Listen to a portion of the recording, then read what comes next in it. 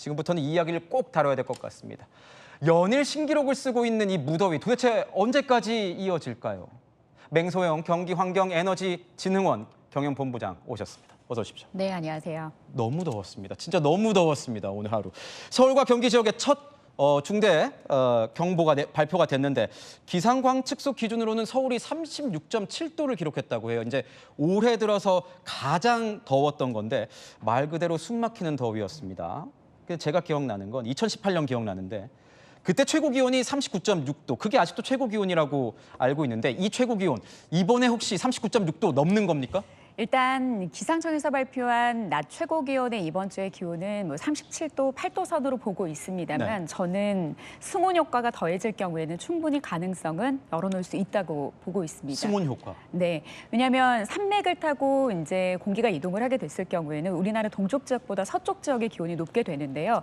일단 2018년 같은 경우에는 41도를 웃돌았던 그때가 정말 그날 하루, 2028년에 8월 1일 그 하루로 피크를 찍고 그 이후로는 연장선은 없었습니다. 그런데 지금 올 여름에 진행되고 있는 여름의 이런 폭염의 상황들을 살펴보면 지금 오랜 기간 동안 상하로 꾹꾹 더운 열기가 누르는 그런 상황들이 지금 남부지방 같은 경우에는 보름 이상 진행되고 있는 상황이거든요. 그렇다 보니까 2018년과는 다르게 40도가 넘는 날들이 지금 연이어 발생을 하고 있는데 지금 이 기온이 뜨거워지는 승온 효과가 더한다라고 하면은 지금 경기 일부 지방 같은 경우는 이미 39도를 예고하고 있는 상황에서 저는 충분히 좀 오를 가능성의 여지도 좀 열어놓고 대비를 해야 된다고 생각을 합니다. 자, 이런 날에는 야외 활동은 당연히 중단을 좀 해야 되고 연기를 좀 해야 되고 실내 시원한 곳으로 그늘 잘 찾아서 가시는 것도 되게 중요하다고 들었는데 고령자들, 만성질환자들 당연히 조심해야 되겠고요. 무더위로 인해서 나타나는 현상들이 좀 있는 것 같더라고요. 제가 오늘 출퇴근하고 출근하고 이러면서 잘 지켜보니까 도로에 사람들이 예전보다 많이 없더라고요. 평소보다 많이 없고 또 들어보니까 편의점 배달 이게 좀 늘었다고 하던데 이건 왜 이런 거예요? 한 20%가량 상승을 했습니다. 아무래도 도시의 시간표도 폭염이 바꿔놓은 거죠. 그러니까 보통은 일반적으로는 밤에는 쉬고 낮에는 활동을 해야 되는데 낮이 폭염으로 인해서 너무 위험하게 된 거죠. 그러다 보니까 소비 패턴도 주로 이제 실내에 낮 동안에도 실내에 머무르고 이제 밖에서 활동을 하는 게 아니라 실내로 배달 음식을 시키거나 온라인 쇼핑을 하거나 여러 가지 패턴을 좀 바꿔놨습니다. 그래서 실제 한 20% 정도 같은 기간 대비 매출이 상승을 했는데요. 사실 우리가 어떻게 보면 이런 면에서는 폭염을 경제적인 효과로 봤을 때 일종의 폭염의 특수처럼 보일 수도 있지만 네. 이면이 있습니다. 그만큼 실내에서 더위를 피해서 냉방 효과를 받으면서 건강하게 지내시는 분들도 있지만 이분들의 소비를 충족시키기 위해서 배달을 하고 계시거나 아니면 어떤 물류업을 하고 계시거나 환경에다 미화하고 계신 분들은 노동의 양도 많아지고 있고요. 그 폭염의 강도가 굉장히 높아지고 있습니다. 네. 지금 이 더위의 기세가 서쪽 지역으로 옮겨 붙으면서 인구가 굉장히 다양하고 밀집한 수도권 지역에 이런 현상들이 촉진이 됐을 경우에는 지금 이들적 2025년의 같은 기간 대비 이 온열 질환 환자들의 연령대와 시간대로 분포했더니 2시부터 5시 사이 때가 가장 많았고요. 50% 가까이 차지했고 지금 화면에서 보이는 것처럼 이렇게 배달을 하시는 분들 그리고 야외에서 건설 노동하시는 이런 분들이 주로 온열 질환에 노출이 됐기 때문에 이번 주에 많은 온열 질환자의 증가폭을 좀 줄이기 위해서는 이렇게 폭염이라는 작업 환경에 훨씬 더 이 불균형화가 되고 있는 그런 노동의 어떤 환경들이라든지 이런 분들에 대한 취약점을 좀 보호할 수 있는 사회적인 안전망도 굉장히 필요합니다. 그러니까요. 그 더위의 어떤 빈부격차에 대해서도 우려하시는 목소리가 많던데 이거 하나 여쭤보고 싶었어요. 사실 통상적으로 우리가 공부할 때부터 배운 게 오후 2시가 제일 덥다. 오후 2시 피해서 다녀야 된다. 이런 얘기 익히 알고 있는데 이번 더위는 좀 다르다고 들었어요. 오전부터도 많이 덥다 이러던데 우리가 좀 조심해야 될 어떤 시간대 같은 게 좀 있을까요? 지금 화면에서 보이는 저 기온의 하루 중의 사이클은요. 결국에는 태양이 지고 뜨고 지는 어떤 그런 사이클에 의해서 올라가다 내려가기를 반복을 하죠. 그런데 지구를 작은 방이라고 생각을 하고 태양이라는 보일러가 출력을 가동을 하게 됩니다. 그러니까 일반적으로 이제 낮이 되면은 보일러의 출력을 높이고요. 밤이 되면은 줄이면서 기온이 올라가고 내려가는 패턴이 만들어지기 마련인데요.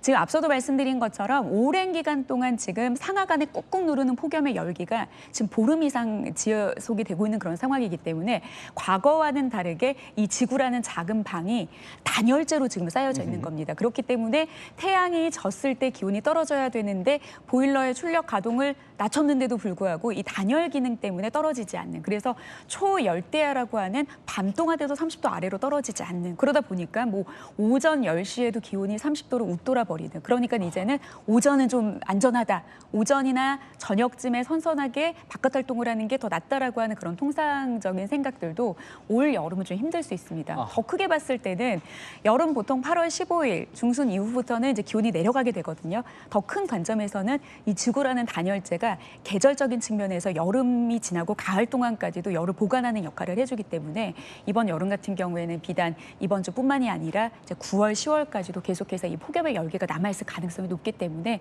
계속해서 만전에 대비를 하셔야 됩니다. 아니 그 단열재와 보일러는 왜 이렇게 성능이 좋아서 이렇게 저희를 괴롭히는지 모르겠는데, 내일 서울의 기온이 38도 이상까지 올라간다 이렇게 예보가 된데 맞습니까? 맞습니다. 이거 도대체 언제까지 더운 겁니까? 앞서 말씀을 드린 것처럼 여름 기간으로 따졌을 때라고 하면은 8월 달에 본격적으로 무더위가 시작되는 시기이기 때문에 어떻게 보면은 이제 여름이 본격적으로 시작하는 철을 만났다라고 좀 보시면 될 것 같고요.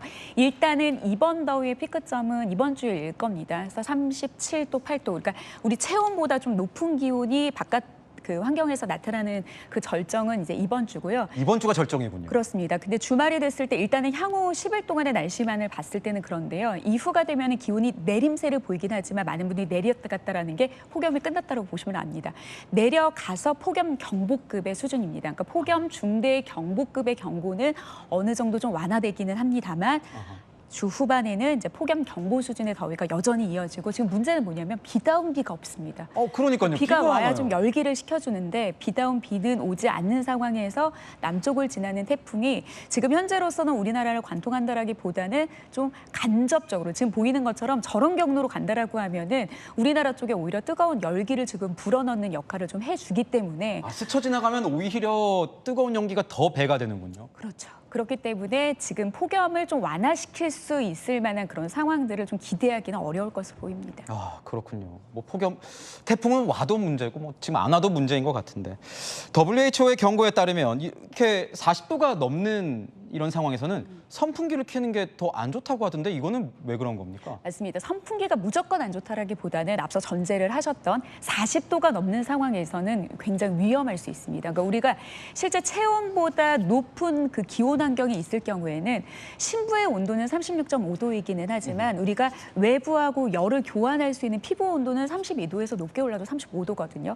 그런데 이렇게 35도 이상의 외부 기온이 있을 때는 결국에는 이제 선풍기라고 하는 거는 공기가 이동을 하는 것이지 이게 열을 식히는 기능은 아니거든요. 그럴 경우에는 지금 바깥 열기로 오히려 우리 몸에 들여다보내는 그런 효과를 주기 때문에 어떻게 보면 선풍기 하나만으로 40도 넘는 그런 외부 환경에서 버틴다라고 하면은 훨씬 더 몸의 열을 축적시킬 수 있는 그런 상황이다라는 점을 좀 고려하셔서 꼭 지금과 같은 상황에서는 냉방기와 함께 선풍기를 사용했을 때 효과가 있을 뿐이지 선풍기 하나만으로는 오히려 내 몸에 열을 축적할 수 있는 효과가 훨씬 더 높다라는 점을 꼭 인지하시고 건강관리를 잘 하셔야겠습니다. 우리가 언제부터 이렇게 폭염 생존법까지 공부를 해야 되는 상황이 된 건지 참 우려스럽습니다. 앞으로가 더요. 지금까지 맹서영 본부장이었습니다. 고맙습니다.